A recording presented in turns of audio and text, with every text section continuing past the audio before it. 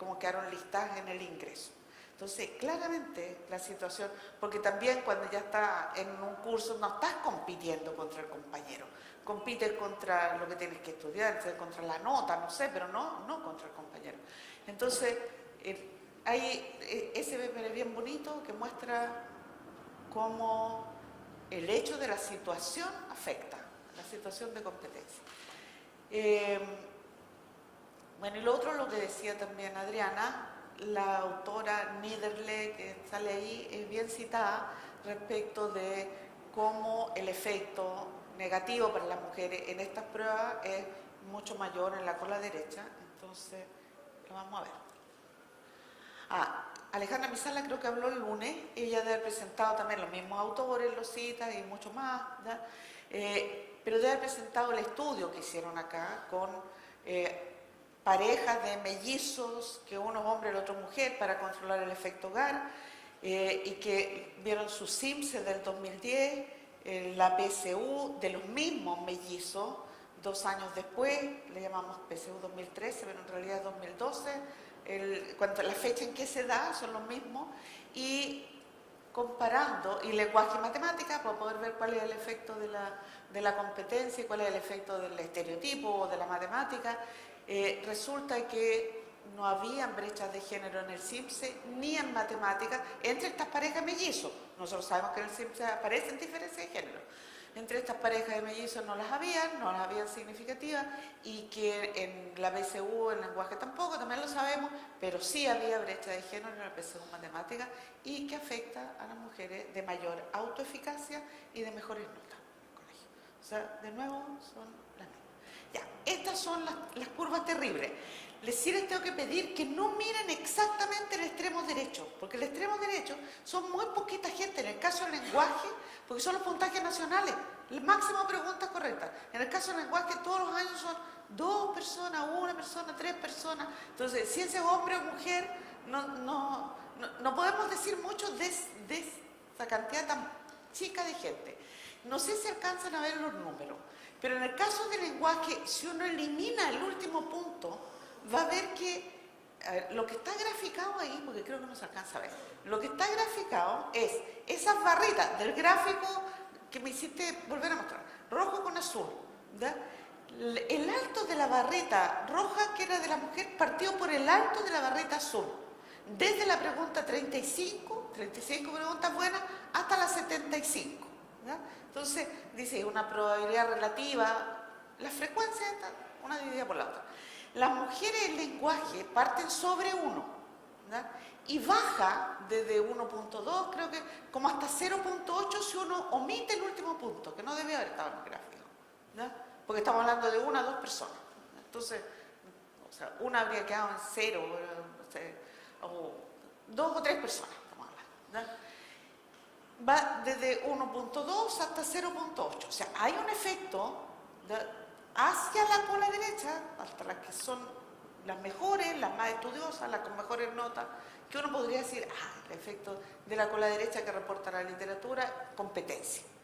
Pero en las mujeres, en matemática, perdón, baja de, creo que está un poquito arriba de 1 incluso ahí al principio, y las dos curvas, una son del proceso 2018, el otro 2017, o sea, los dos últimos procesos, donde veíamos que bajaban estos promedios de diferencia, pero sin embargo el comportamiento, si uno mira la forma, es la misma. Acá hay una caída súper pronunciada, baja a 0.4, 0.2, no sé, súper pronunciada la caída, y allá mucho menos pronunciada. Es decir, sobre las mujeres el efecto de la competencia y el estereotipo, la cola derecha, etcétera, es mucho más pronunciado. Ahí hay efectos del estereotipo, ¿sí? Ya. ¿Qué podemos hacer desde nuestro ámbito? Porque hay muchos ámbitos en los que hay que actuar, pero en nuestro ámbito, ¿qué podemos hacer en el DEMRE? Primero, eliminar un poco el estrés, o sea, desacoplar las pruebas de la postulación,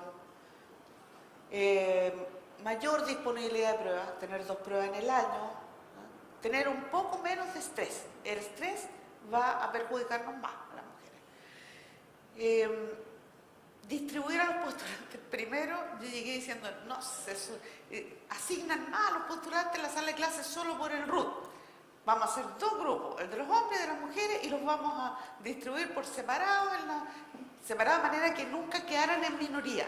Dijeron, claro, anda a dar explicaciones pues a los diarios de que estás haciendo eso con todo el mundo, cuando en realidad el problema no es tan generalizado, porque las mujeres que rinden la PSU son más, y las que postulan y las que ingresan son más que los hombres. Entonces se producían pocos lugares. En Putre la daban como 30 personas y solo 5 mujeres.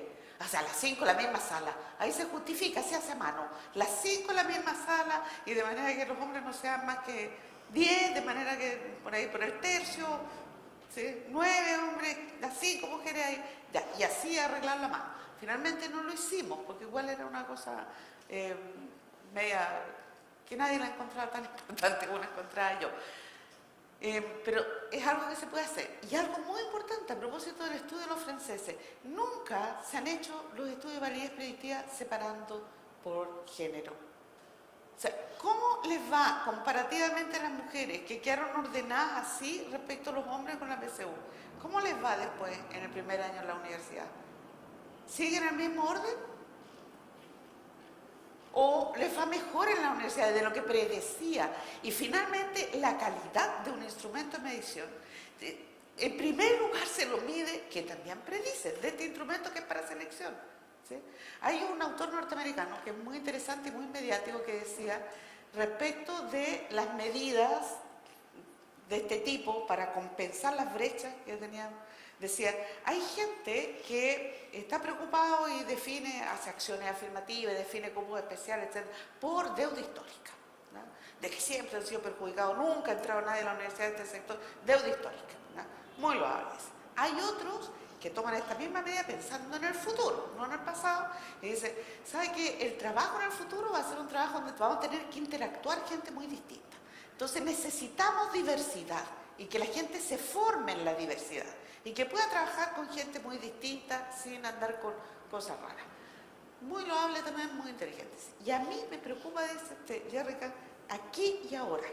Si yo tengo un instrumento de medición que produce estas diferencias, no porque el instrumento sea malo, sino que porque la situación hace de que, y hay miles de cosas en esa situación, desde lo que ha ocurrido antes, pero también cómo se la aplica, lo que estábamos diciendo que podemos mejorar, etc.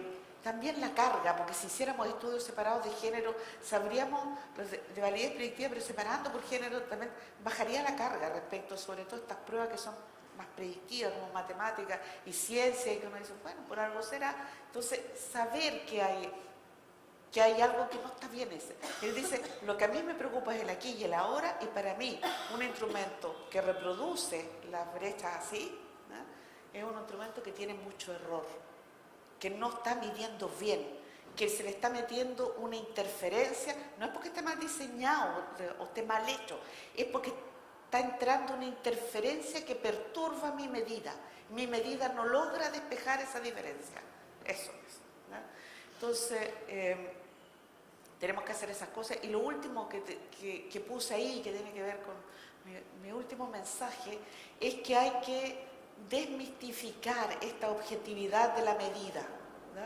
O sea, efectivamente uno lo hace lo mejor que puede, ¿no?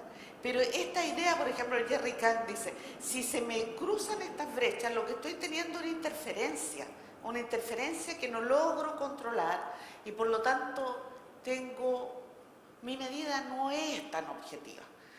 Después, estas pruebas, por ejemplo, de que matemática y ciencia, que son más predictivas y entonces tienen más glamour, y la gente dice, bueno, por algo será, resultan que retroalimentan los estereotipos. Hay que tener cuidado también de ver exactamente qué es lo que uno midió y cuál es el rango de validez que tienen las afirmaciones que podemos hacer a partir de ellas. Hay que ser más fino con esto, y en eso ayudaría los estudios, esos que no hemos hecho y que nos comprometemos aquí públicamente a hacer. Por último, mi último discurso que está relacionado con eso es que tenemos una responsabilidad, esta comunidad tiene una responsabilidad para aclararle a la población